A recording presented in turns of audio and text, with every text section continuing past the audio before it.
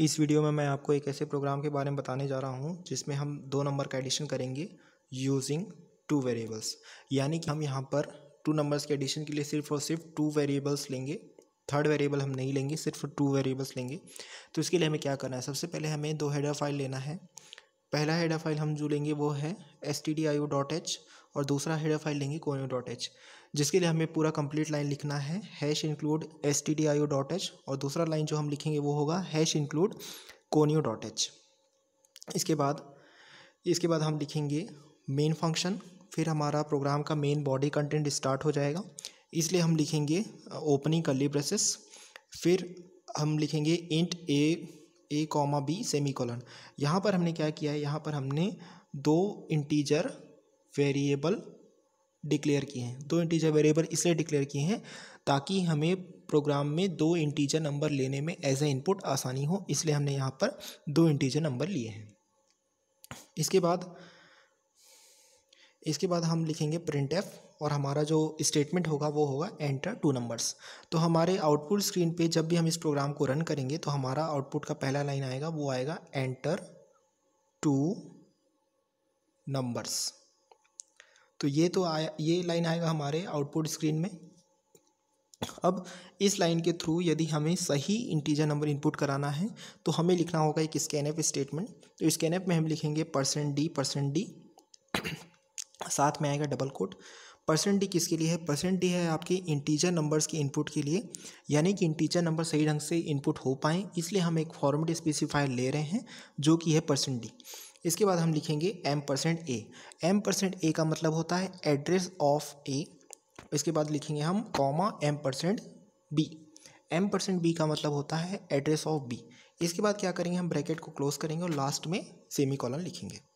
तो इससे क्या होगा, जो पहला नंबर इनपुट होगा वो जाएगा ए के एड्रेस में और जो दूसरा नंबर इनपुट होगा वो जाएगा बी के एड्रेस में।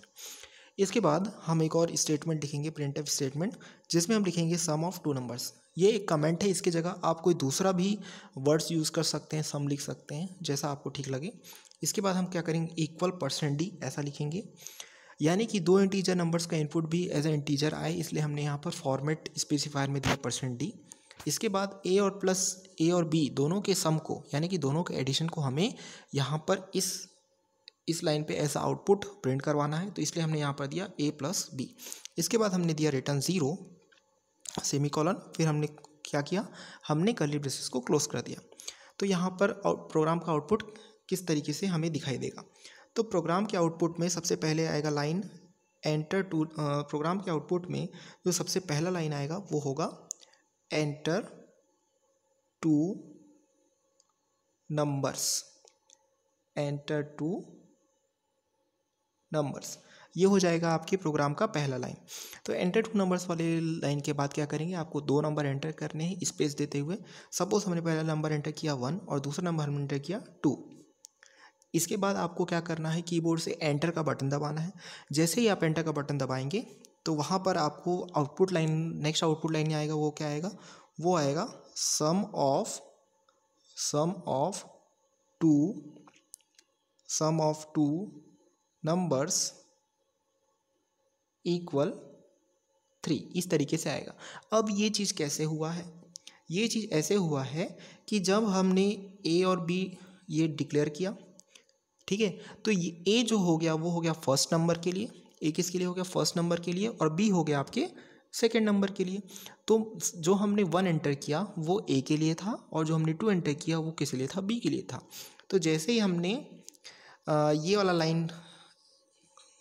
वाला लाइन एग्जीक्यूट होगा प्रोग्राम में, तो ये हो जाएगा 1 + 2, इसीलिए सम ऑफ 2 नंबर्स इक्वल आ जाएगा 3।